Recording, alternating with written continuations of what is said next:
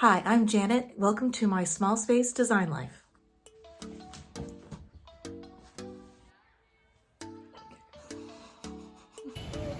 For many years, I lived in New York City, and I remember going to this exhibit designed by the one and only Gloria Vanderbilt. And Gloria Vanderbilt redesigned from memory her childhood bedroom. And it was a place that she said she felt the most safe and most secure. I remember it was lilac and beautiful. And on the wall of the exhibit was a quote, and it said, "Decorating is autobiography." And I never forgot that, because I often think that if anyone wanted to know the true core of who I am, they only have to walk through the front door of my house. My small space design journey started really young. I grew up in a large Korean American family in a nice Southern California suburb. We were one of the only Asian families on the block.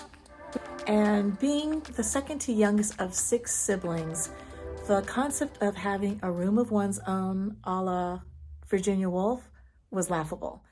Growing up in this Korean American family, there is my mother, who still to this day is my style muse.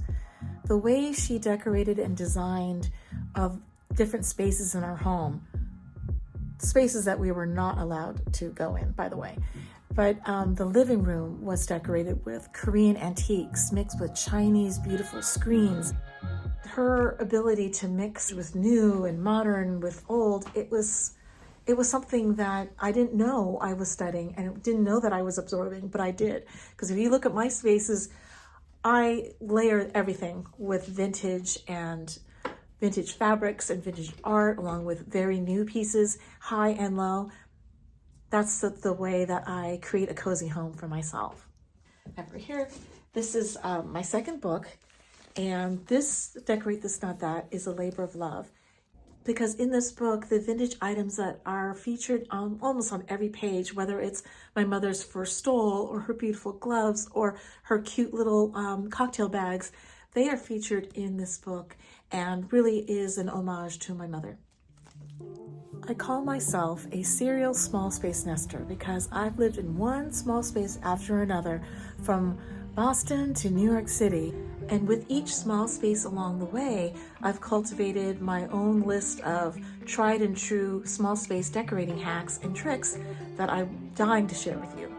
I moved from New York back to my hometown in Southern California, and I ended up in this beach cottage that is about under 700 square feet.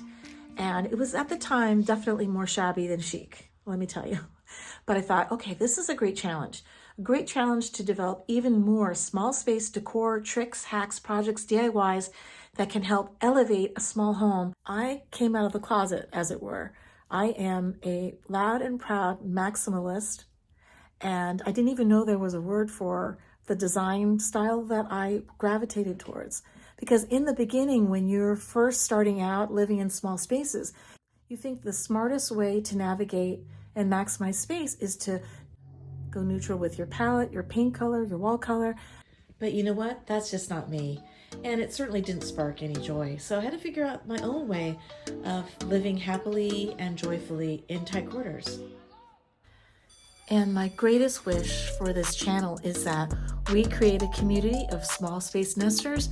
And if I can help you with any tips and tricks and projects that make you feel loud and proud about the space that you live in, despite its small footprint, that is going to make me so happy.